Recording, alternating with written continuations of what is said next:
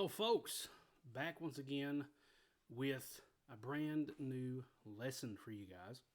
This is a bluegrass solo that I've worked on for a little while in the style of Leaving My Troubles. Now I do it for the song Leaving My Troubles with the Gilbert Family, and this isn't on the album version.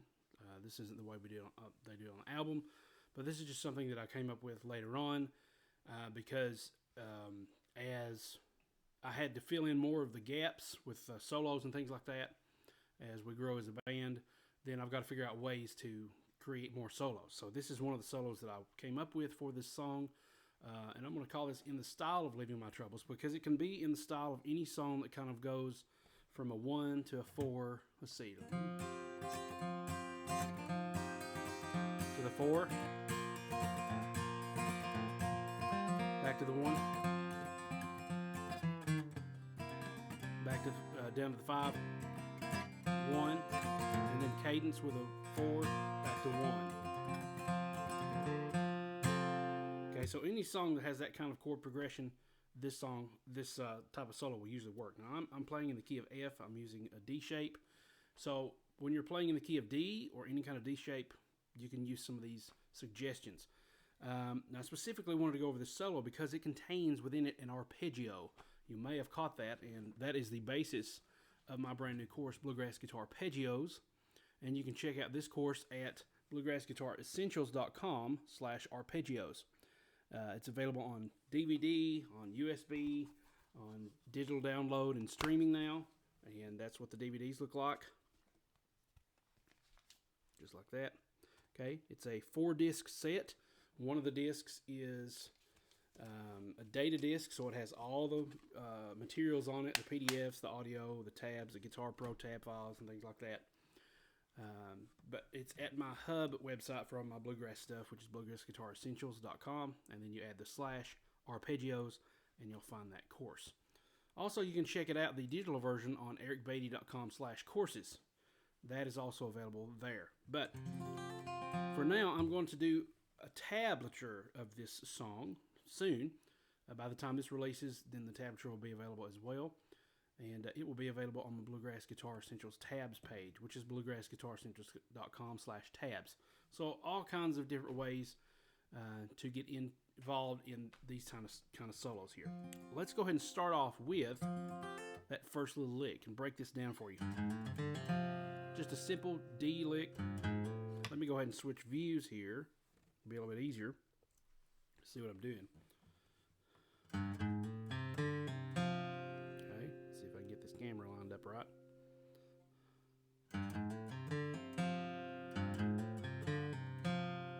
Okay, so it's really easy, and you can refer to the tablature for that as well. Usually I put the down and up pickings in there, and so that'll should all be there. And then I do an open A and then a slide with a pinky from the 3rd. Now I'm counting 3rd as if the capo is not there, so that's 1, 2, 3 from the 3rd fret to the 5th. And the reason it's with a pinky is because I'm now going to use the Tony Rice Blue Railroad Train lick. And Blue Railroad Train kind of sounds similar to the start of this, but it goes. Now I'm going to use all that except for that right there, because it leads to the C, which is not where this song is going. So once again, that is. Now those are 2 downstrokes. The picking is kind of tricky on this.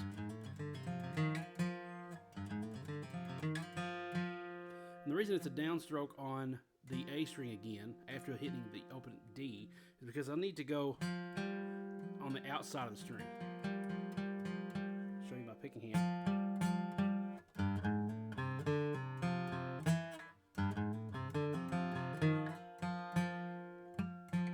So it's 2 downs, down, down, and then that way I can go on the outside of these strings.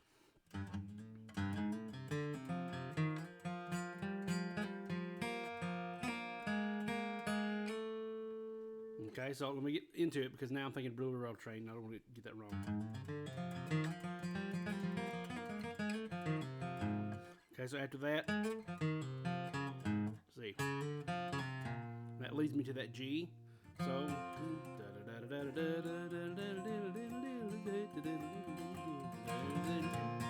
Right to that G.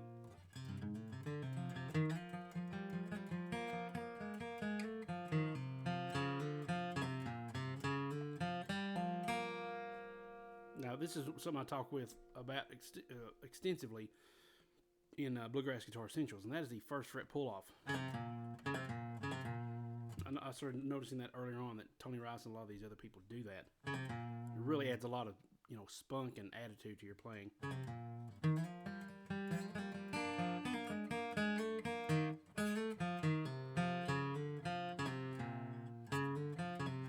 Then a G run. And then an open D to the third and the fifth to give it more of an attitude bluegrassy sound.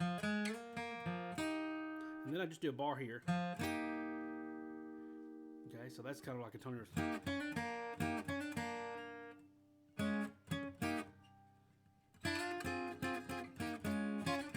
Kind of like that kind of a move. But I'm going to do a bar here on the 5th fret from the D to the B. Okay, so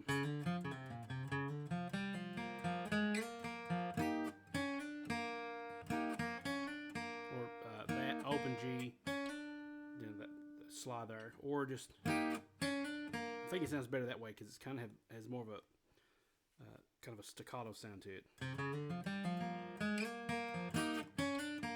then quick G lick, because we're still in G. And then here comes the arpeggio. Okay, so before we get to that, let's do this really slowly up to this point. Okay. Let me see if I can turn. There you go. You should be able to see my picking hand now. A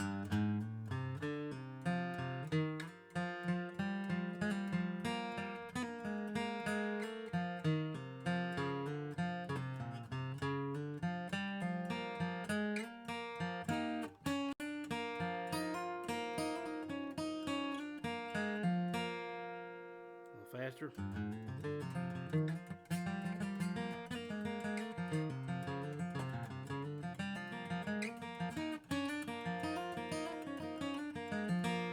Now, there's a lot of things that I'm doing here to fill up the gap, and that is usually picking the open D or the open G. So I'm going to try to do that without doing it so you can hear the difference.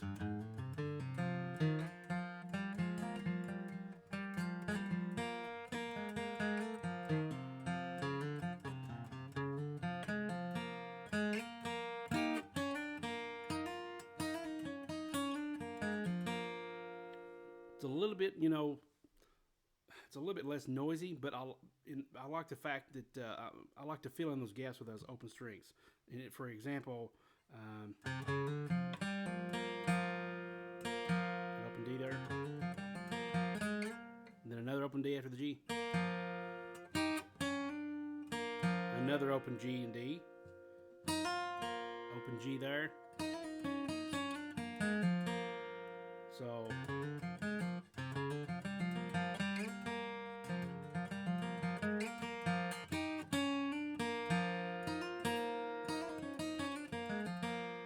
without that, it would sound like this.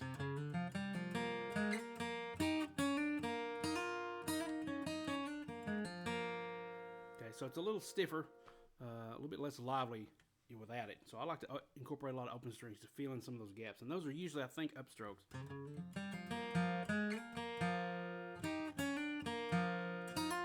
Except for that one. The open G is a downstroke. And there was one note that I was kind of missing every time. Let me go back to that real quick.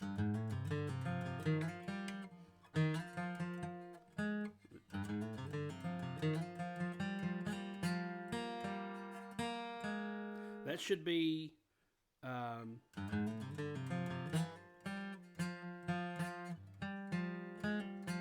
after the pull off there. That should be the middle finger needs to come back down. Not, because that won't sound right.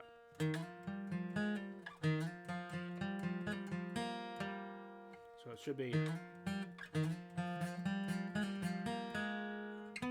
That's going to be kind of tough to move that over here. So let's see. So that could be an open D string there to get us away from this shape and come back up here to first fret pull off on the G string.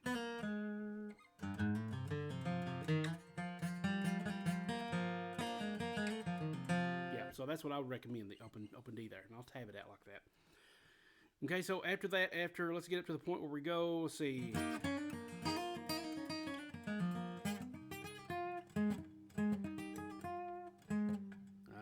Hitting the wrong string. There it is. Okay, so that is an arpeggio. Now, let me see if I can figure out what that is. I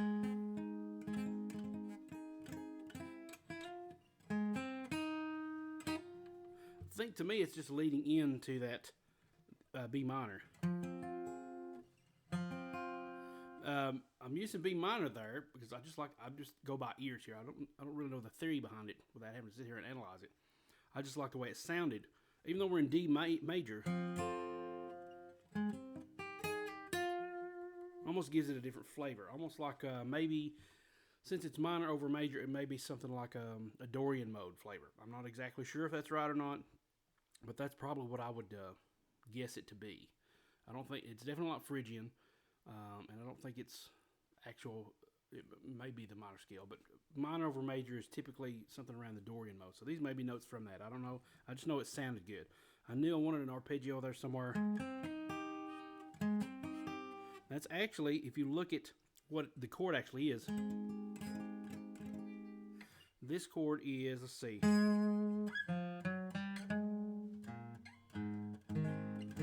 That would be an F in this context. Now, I know it's not F because it's on the 3rd fret, so it would really be a G major 7. But think of this, F over D, D, E, F.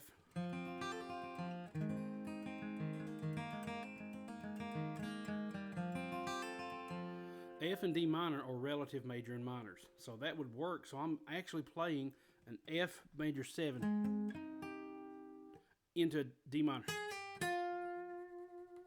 So F, the relative minor for F, whether it's major 7 or regular major,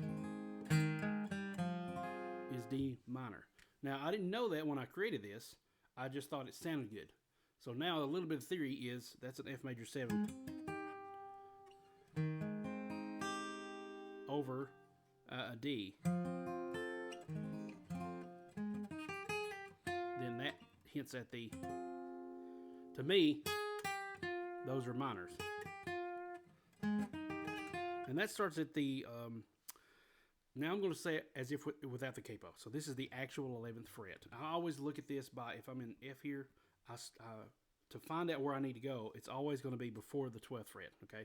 So before these double dots, my pinky lands there, and then I make this shape. So that is pinky on the A string, actual 11th fret, actual 10th fret for the ring finger, and then I'm going to bar on the actual, let's see, 8th fret,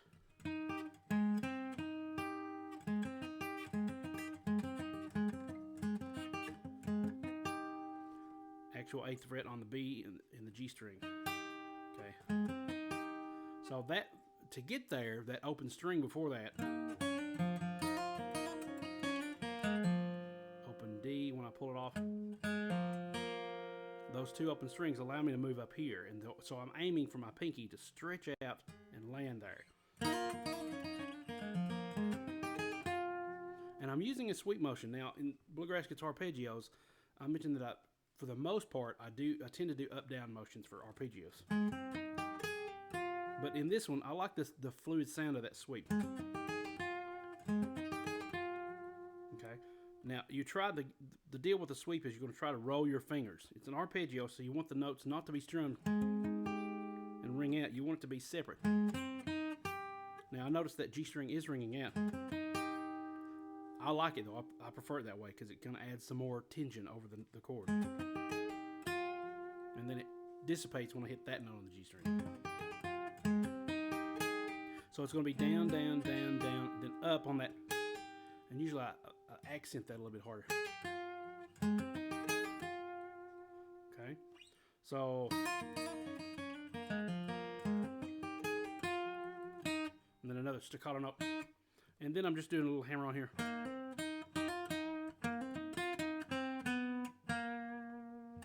it's really, really easy. So that's, let's just do this with the capo now, just to determine what the capo is. So that's going to be 1, 2, 3, 4, 5th fret, 5th to 7th, 7, 6, 5. Once again, we're talking about if the capo's there. I'm ignoring the fact that we're actually on the 10th and 8th and 9th frets. Now what I'm doing is, here's another arpeggio. I didn't really realize this until just now. And that's outlining an A7.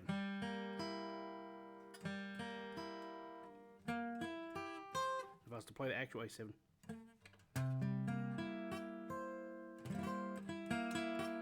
So it's these last 4 notes here of the A7. So I'm just outlining that. And it goes well with that previous arpeggio. Timing on that is kind of weird. Let me see if I can figure out where the timing comes in. Let's see. 2,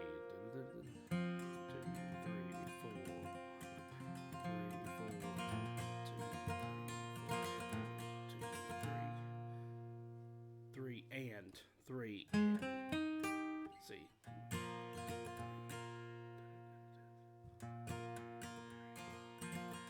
So by the time you get here, that should be a 1, okay? I think this is the end of 3. 1, 1, 2, 3, 4. 1, 2, 3, da da da da da. 1, 2, 1 and 2 and 3 and 4 and 1 and 2 and 3 and 4.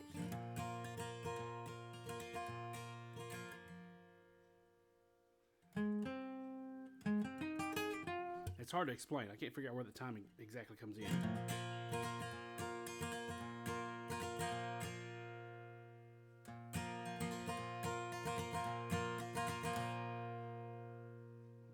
2, 3, 4. 1, 2, 3, 4.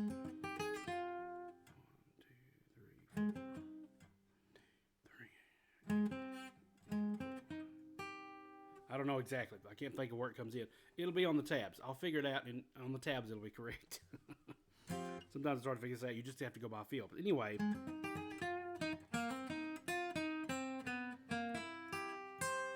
and then a little, to me, kind of sounds gypsy, a little gypsy lick.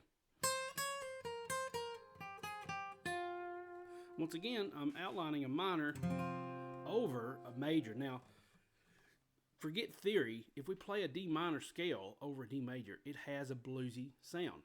It has a bluegrassy sound. So even just that much, if I'm outlining the, like I said, F major 7. But to me, what I'm really doing is outlining a D minor 7. Even though I'm hitting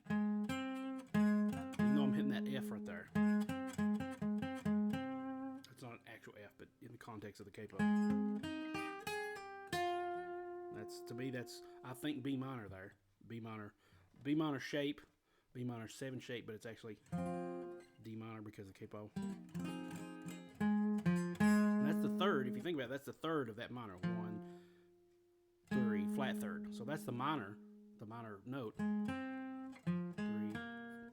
1, 3, 4, 5. Minor 7. That is like a suspended. So to me, in my head, I'm thinking that's a minor 7 arpeggio. And once again, a minor over a major makes it sound bluesy. Just like if I'm using these notes for D major,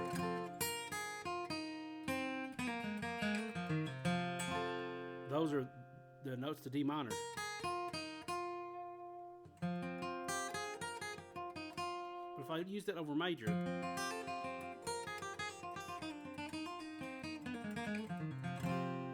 it's bluegrassy. All of a sudden, it's bluesy. So A7 arpeggio, and picking on that is, I think I do a sweep on that. I may do an alternate picking.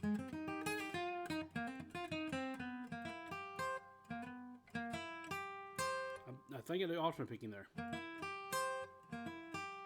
Yeah, down, up, up.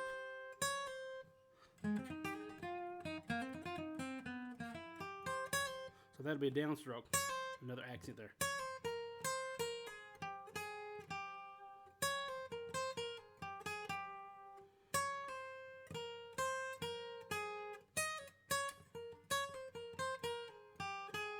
So that's down, down, up, down. That's a pull off. Pinky to the middle on the B. Up, down. And then what I'm doing here is I wanted to have kind of like a bend, but it's hard to do on that G and that B string. So I just try to bend the B string. And I have to roll over to get that. So that's a. So what I may do is sometimes I hit both those strings. Most of the part it's just a B string.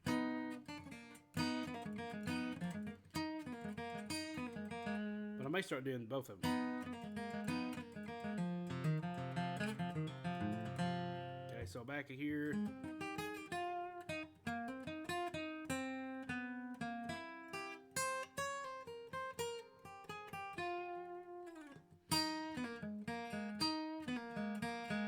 Down, down, down, up, down. Da, da, da. So down, hammer, up on that D, down on that A. I hit the A again so I can have that quick slide over from the 3rd to the 4th fret with capo.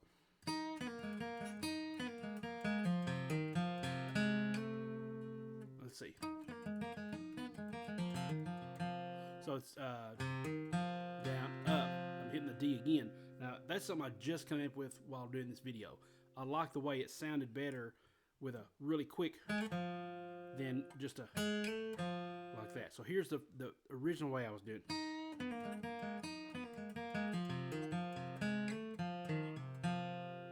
Duh, see how slow that was? Duh, duh, duh, duh. But then versus this one.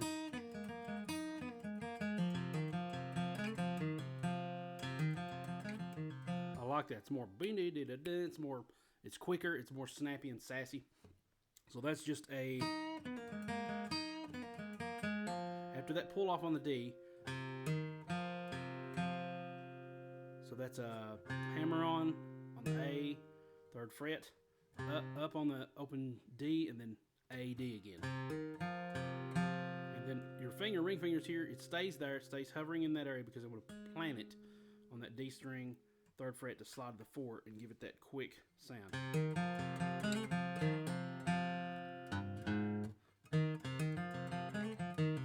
And that's usually 3rd and then back to 2 here, first finger. And that's the whole solo. So let's go again from the beginning.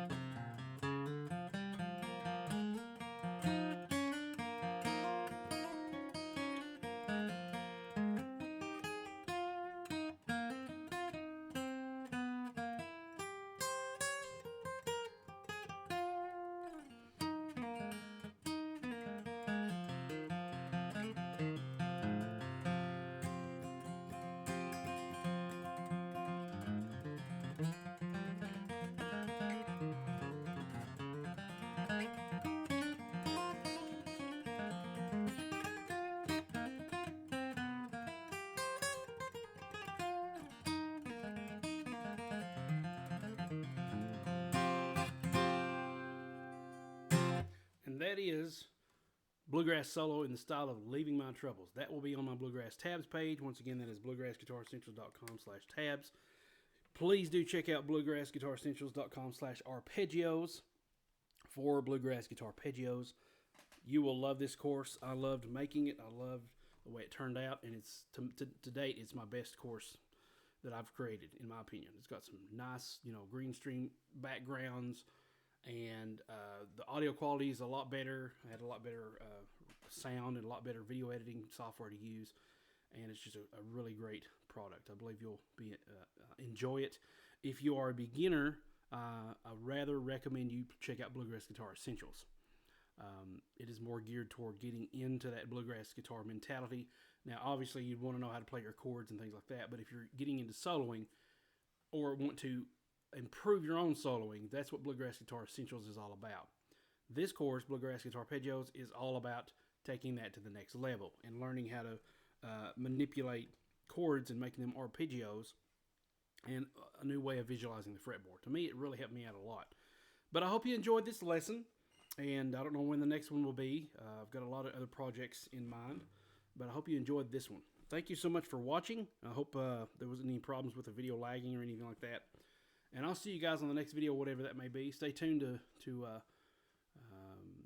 the YouTube channel and see what else comes out the pike. I have no idea, but I'll try to put some more on there as much as I can. I have a lot of performance videos lately with the Gilbert family, and also I hope you, if they're already out by now, I hope you're enjoying the Peachtree Hospital type. We played at the hospital, the local hospital here, and I hope you're enjoying that. The bluegrass band that I teach played for the residents there at the hospital, and hopefully, I think those should be out by now. I think you'll be getting 2 of those a week for the month of May. So I hope you're enjoying that.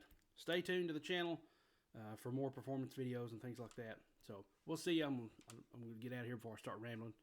But hopefully this wasn't too much of a rambling video. And if you want the tabs, you can check those out at bluegrassguitaressentials.com/tabs. We'll see you guys next time. Thanks so much for watching, and God bless.